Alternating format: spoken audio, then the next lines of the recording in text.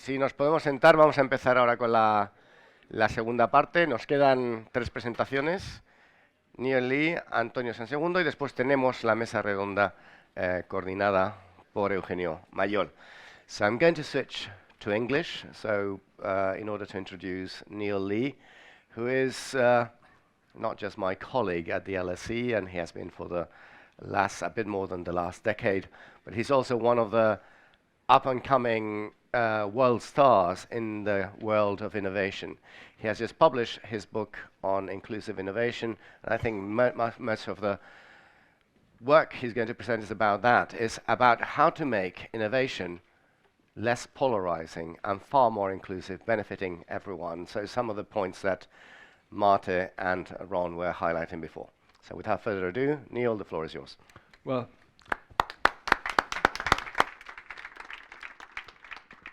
Well, look, thank you so much for the invitation to speak to such a prestigious event. My apologies that I'm not speaking in Spanish. Apologies about that. So my mother-in-law is Spanish, mi suegra, and she speaks Spanish with my wife, and every so often I hear them speaking in Spanish, and I think, right, I need to learn Spanish so I can keep up with this. And every time I mention this to them, they say, no, don't learn Spanish. And now I realize it is because they are talking about me, okay? And it is not good, okay? So let me start off with, in English, let me sort of give you some sort of background to what I'm going to be talking about. So there's generally sort of different stories which are told about innovation. So let me start off with 2 of the most important ones. So one of them is the story of automation. It's the story about the fact that innovation is going to come and create and destroy all the jobs. This is relatively recently. This is Elon Musk, the US tech entrepreneur, talking about the fact that maybe artificial intelligence will wipe out all jobs. In an interview with the British Prime Minister, Rishi Sunak, at least I'm assuming Rishi Sunak is still the British Prime Minister. I haven't checked for a few hours, so he might not be anymore. And this is this negative story. It's the first negative story about innovation. We say innovation's happening and it's going to take our jobs. Now there's a second sort of negative story which is told about innovation. So one of the key sort of stories about innovation is we talk about Silicon Valley. We say Silicon Valley in the United States, this place of great innovation. And people say, well, actually, if you go there, it doesn't necessarily look like the benefits are being sort of widely shared. So with apologies to the translators, because I don't know how they're going to translate this, and I would advise them not to, you end up with these sort of rude things being said about tech companies in the United States, Google being a company which is, seen as creating good jobs for the few, but not necessarily benefiting the masses. So we have these 2 stories, this sort of artificial intelligence, new technology is going to take our jobs, and even in the places where they do have the jobs from innovation, where innovation does seem to be creating great wealth, that wealth is not necessarily trickling down to the sort of ordinary person. And so we see these protests of people protesting about these companies. But the problem with these stories is that they ignore the fact that innovation really matters. It matters hugely to our sort of living standards, particularly those of us, who work in these sort of, frontier type sectors. And we can see this very clearly if we look at R&D expenditure, just one measure of innovation, not even necessarily the best one, and GDP per capita, and we see that there's a line that richer countries tend to be better at innovation. On average, these are, with some exceptions, and these exceptions are mostly the sort of the countries which are either oil countries, places like Kuwait, or they are countries which have, business models reliant on low taxes, places like Ireland or Luxembourg. But generally, there's a pretty good line that innovation does matter for our prosperity. It matters for our living standards. Spain, I checked this a moment ago. Spain is one of these dots here. Relatively low R&D expenditure, although it sort of, jumped up in the last, since I did this graph. But UK, also a sort of not a stellar performer, a place where we also have some sort of challenges. Now we look at this is the story we get at a national level, but if we look at a sort of workplace level, we see that there's no evidence, no sort of long-term evidence for that robots or automation or innovation is going to take our jobs. This is from the United Kingdom. It's Britain. This is unemployment over time. You see there's no evidence of technological unemployment. Employment rates have remained relatively high. This is going from 1750 right up until 2007. But the conspicuous thing which has happened is that innovation has led to changes in production processes. It's increased the sort of productivity of the workforce. And as a result, we've seen wages sort of increasing up until now. And I'm giving you, this is data up until 2007. In the UK, we've had a difficult period since 2007. And real wages are, only just recently higher than the levels they were all that time ago. So, what I'm going to be talking about today is building off these, and I'm going to say, right, we tell this sort of negative story about innovation and jobs and wages. And I'm going to say, actually, what can we learn about where innovation benefits workers? What can we learn about these places? And how should we sort of think systematically about what happens in these places? And can we learn anything for policy which is sort of useful in the context like this? And I'm building off a book which I wrote earlier this year, it's still available in all good bookshops because nobody's buying it. And it's, but it was in the Financial Times. And also, so if you've got loads of money to spend, you can buy my book. If you don't want to, I also there's a UK government consultancy report which I did about sort of inclusive innovation, which is very similar to actually some of the things which Marta was talking about earlier. So if you want to spend some money, do that. If you want to not spend some money, you can just download the report. So let me start off with some sort of foundations, just a few things which I think are important to sort of frame at this point. First of all, is often when we talk about innovation, I do a lot of work with innovation policymakers, and often innovation is just seen as the end goal. We say, right, what we're going to do is just create more patents, please, more research and development. And of course, it's not. Innovation is a means to an end rather than a sort of end in itself. I think this should be uncontroversial, but it is something which we often forget in these sort of discussions.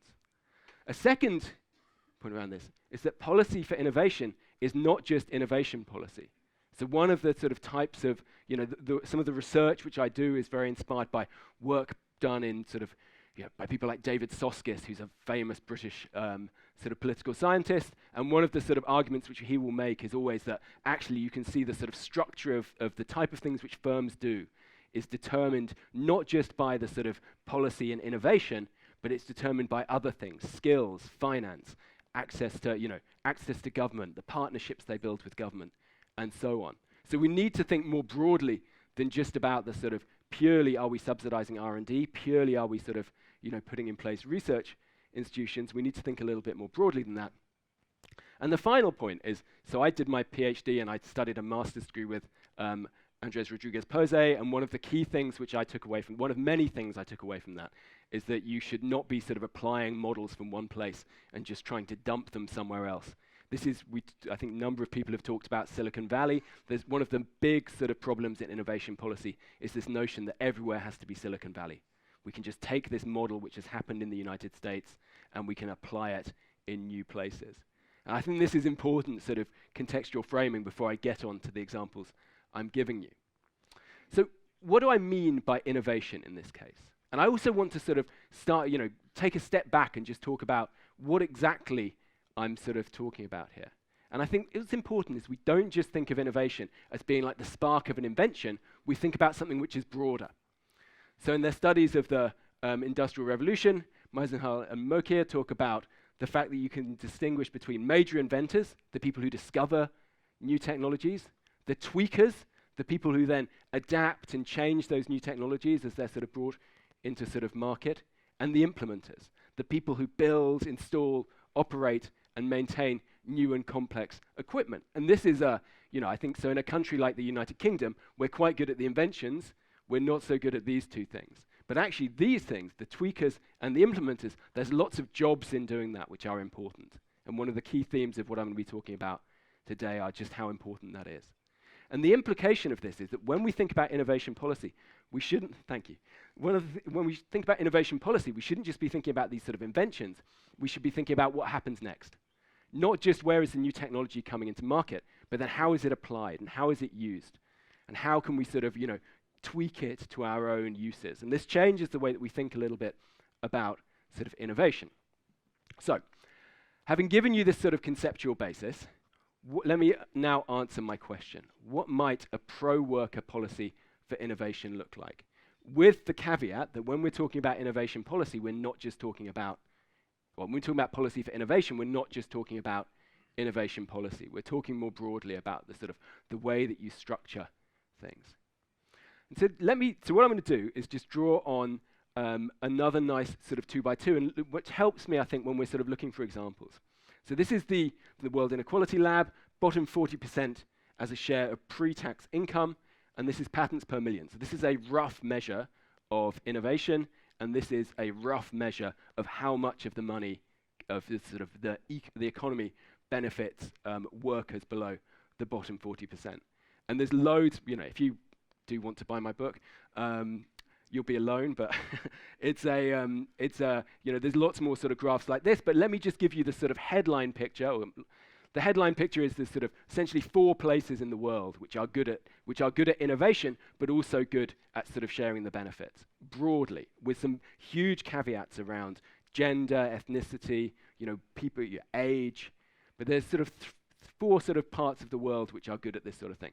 The first of all is you look at the Nordics, of course, classic model of places which are highly innovative and sort of succeed at sharing the benefits. Second of all, the Low Countries are pretty good at this by some measures, not quite as good at the Nordics, but they don't do sort of too badly. The most interesting for me, and I'll talk about this today, is the sort of Alpine Europe. So we're talking about countries, well, Austria, Switzerland, some parts of sort of southern Germany could sort of come into this category as well. These are places which are good at creating good jobs. Slovenia seems to be sort of moving into that category as well. And then the most controversial sort of set of countries, and this really depends on the sort of measures you use, would be the sort of island or the small economies of East Asia and Southeast Asia. So by some measures, but not by others, places like Taiwan, places like South Korea, places like even Japan looks okay by some measures, but it's much more complicated and sort of nuanced sort of picture there.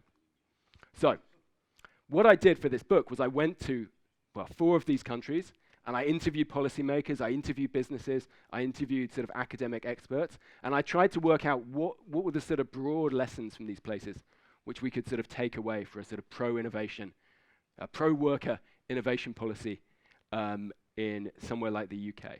Now my first finding, which I think is very similar to some of the stuff which actually sort of, Ron would sort of talk about, is that sometimes, you need to direct innovation away from non-frontier sectors.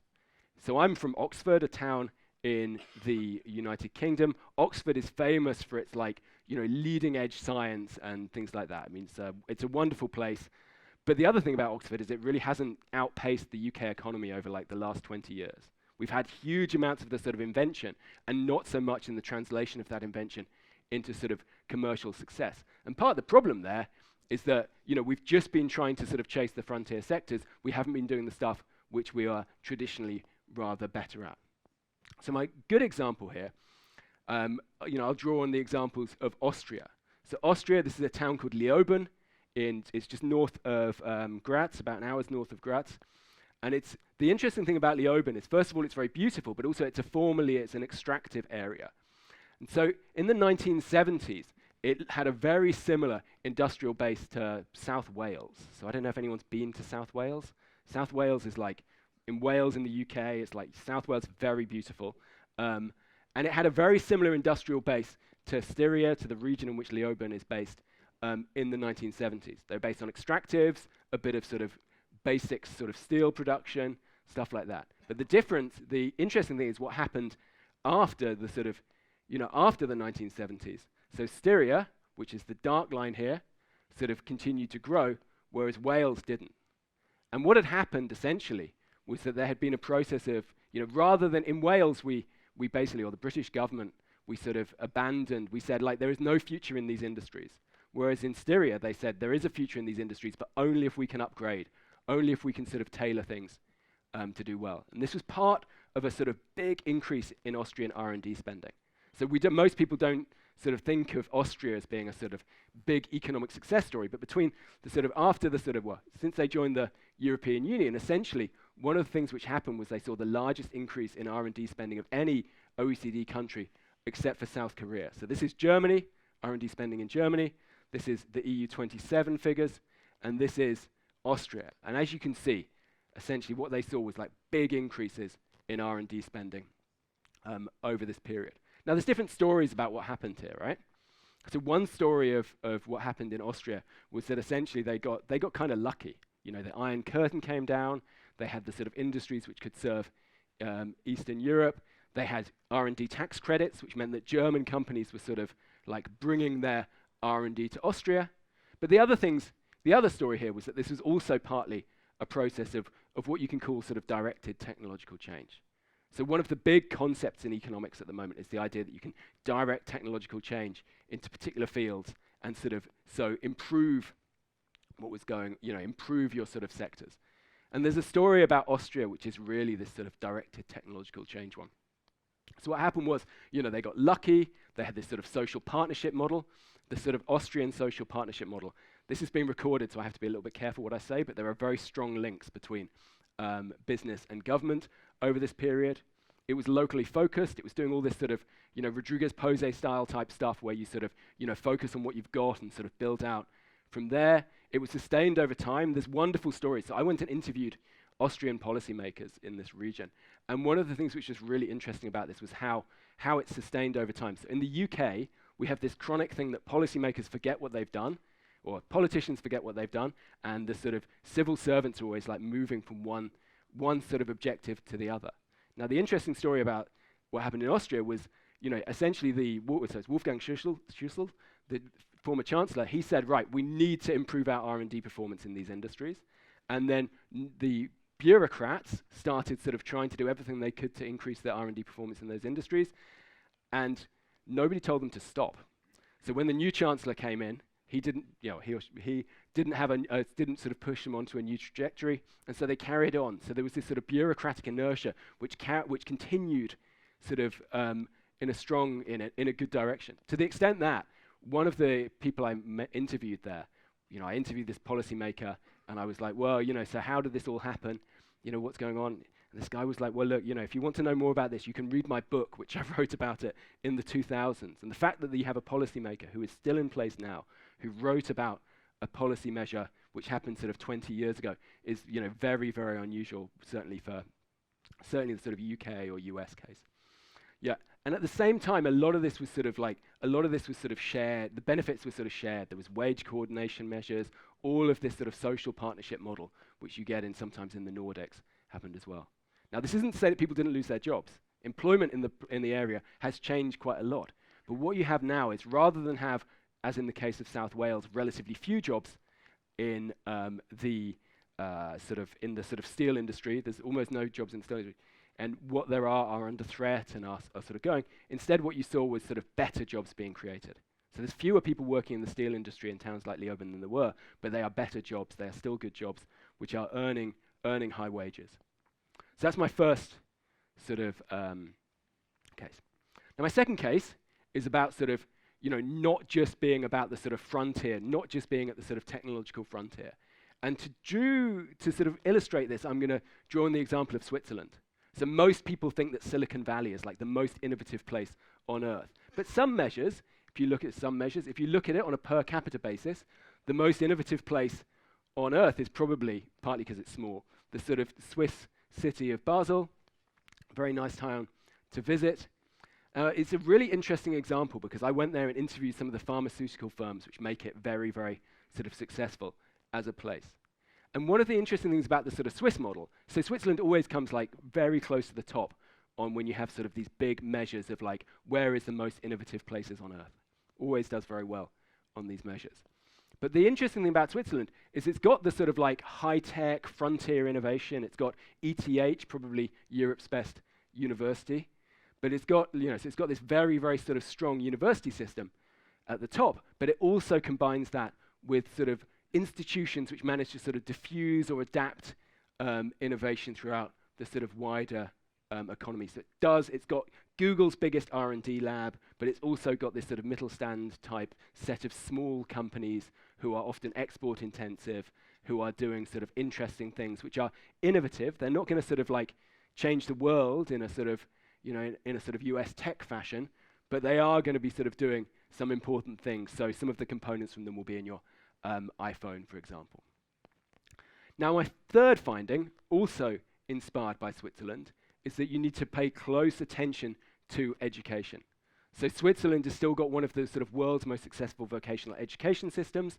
One of the interesting things, one of the sort of results of this is that Switzerland is not a place which is highly equal in terms of, it's not a sort of redistribution model. It's not like people are sort of getting money from the state to sort of balance out incomes.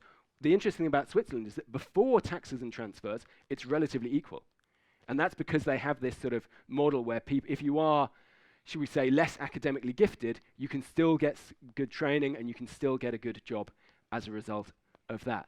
So it's like a place which is relatively equal before taxes and transfers compared to other countries. So, Austria, Germany, which sort of do a little bit more work, and actually the US and the UK, we do a lot of work to redistribute incomes because we have this model where we're not very good at working with people who are sort of not graduates. So this is partly a sort of, pre-distribution type model. And it's partly about sort of balancing off, the stuff they have at the frontier with stuff which diffuses that innovation to different people. So first of all is cellular, you have this cellular geography, like lots of sort of economic hubs around the country. Really matters. You can't benefit from innovation unless it's happening in companies or, places which are close to you. The skills system gives people the skills to use technology and use it and sort of, adapt and continually adapt. They have universities of applied sciences alongside their sort of world-leading universities. So they're doing the stuff which is like really frontier invention stuff, but they're also doing the sort of tweaking type stuff as well. Now, most of you will be saying, yeah, but Switzerland's kind of like, it's kind of a unique model. No one's going to be able to sort of replicate Switzerland. And that's absolutely right. I think that's a fair critique. Another critique which people might have is actually these two countries I've given you so far, they're not like fast-growing countries. So here is a fast-growing country, Taiwan, or I don't know if you can see it. So this is Taiwanese GDP per capita. So it's basically sort of outpaced Japan, and sort of, it's going to take a long time before it catches up with the United States, but it's been one of the sort of big growth stories of the world economy. Now, the interesting part of this was a period when they were sort of developing their semiconductor industries, when they were developing these sort of strong industries. And in this period, this is called the growth with equity period. So now Taiwan is not very equal by lots of measures, but there was a growth with equity period where they seemed to be able to grow their economy, move into sort of more advanced sectors at the same time as sort of sharing the benefits. If you talk to, so when I talked to Taiwanese sort of policymakers, one of the key things here was that a lot of that was about the skills system, was about providing enough graduates to sort of work, vocational education, strong focus on sort of STEM skills. And like if you don't trust the policymakers, you can trust the people like Maurice Chang, who founded TSMC, talked about this vital role of the sort of human capital in Taiwan in that growth with equity period. Education is crucial because it has this like double-edged effect. It helps innovation-led growth, and it also helps with the distribution of the benefits. Now, my final example, so the other sort of feedback I get, or critique I get, is that a lot of what I'm talking about is sort of old innovation. It's innovation in sectors which are no longer quite sort of frontier. And to some extent, I mean, Andres was talking about this earlier. Europe hasn't produced that many new tech companies which are hugely important. But there is one exception. There is one place which has been really good at producing new digital tech companies, and that is Sweden. So Klarna, famously Spotify, Klarna having a bit of a dip at the moment, but sort of very important. And one of the key things which they do in the Swedish model is sort of sharing that through the sort of welfare state. So Stockholm, sometimes called the sort of unicorn factory, there are statistics which say that a fifth of the population of Stockholm work in tech. I don't think we should believe these statistics, but as Marta said, if it's the story, if you can tell the story, it doesn't matter if it's true or not. But like there's a large, it's definitely a place where there's a lot of sort of tech companies. You go there, you see these companies, and they're developing. Some of these are tech companies which are sort of like commercial tech, but a lot of them are actually deep tech. They're doing really interesting things around a sort of advanced product. Now this ends up with this sort of model where Sweden is relatively equal, not as equal as it was before overall, but there's a large number of sort of billionaires. So this is dollar billionaires per 10 million population. Sweden has almost twice as many tech billionaires per capita as the United States. But the key thing is that even though they have this sort of Silicon Valley-esque model of disruptive innovation, they manage to share the benefits through a tripartite model, productivity increases, workers gain. And there's all sorts of reasons why they sort of do that. So let me finish off by sort of answering my sort of question. What would a pro-worker innovation policy look like? Building on the things which these places do well, but acknowledging that we shouldn't be just taking a model from one place and trying to sort of apply it somewhere else. So the first thing which is clear is that the type of innovation we do really matters. We need to sort of direct innovation in a way which sort of benefits workers, and we need to think quite carefully about that. And I don't think we are, as academics, anywhere far enough to sort of think about, where we should be. But workers need more access to technology, but they need access to complementary technology. They need access to technology which they can use, rework, sort of adapt, which sort of benefits their skills. At the same time, with my Rodríguez-Pose hat on, they need a sort of balanced strategy where skills are sort of, you give them the skills to use the new technology at the same time as, as the sort of technology comes online. Some countries, Switzerland, just very, very good at this. Other countries, like the United Kingdom, nowhere near so good. You need to sort of, I think these local issues are hugely important. Innovation policy should be focused locally. It should be focused on this sort of the specific challenges. As Ron's presentation brilliantly showed us, the different challenges which happens in different places. Innovation needs to be directed to local need. It needs to happen where workers are, and it needs to not just be about the frontier. In the UK, we are obsessed with being world leading at everything, and we are world leading at relatively little, increasingly little. Now, the problem is that we focus on world-leading stuff and we ignore the firms which could get better, which could improve their productivity, and which could create good jobs, because we've purely focused on the stuff which sort of competes with the Americans. Actually, just getting better at diffusing, adopting, adapting innovations is hugely important, and it helps share the benefits. And of course, one other thing about a number of these countries which I've looked at is that they're good at sort of reward sharing. They're good at sort of sharing the benefits through labor market institutions, through all of the sort of social partnership stuff which we have. So basically, you don't need to generate innovation, you need to diffuse it and sort of redistribute the benefits. But let me just finish off by saying about what happens if we don't do that. So, I started off with two examples of protests or people protesting against innovation. Artificial intelligence is going too far.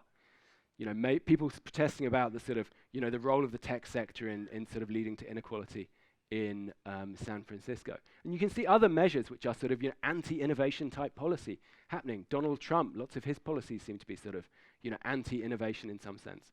In the UK, we have this famous story of weavers in the 16th century or 17th century, and this was a guy called Ned Ludd who led a rebellion against the use of new technology. And these things are often common. There's plenty of history about sort of people coming in, not liking new technology, and sort of, hindering its use, or at least making it hard for policymakers to use it. And I think this is my sort of final point, right? Is that unless we make sure that we have innovation policy which is pro-worker, unless people benefit from innovation, they're unlikely to support the policy measures which we need to support innovation, the innovation which we need in Europe. So, muchas gracias.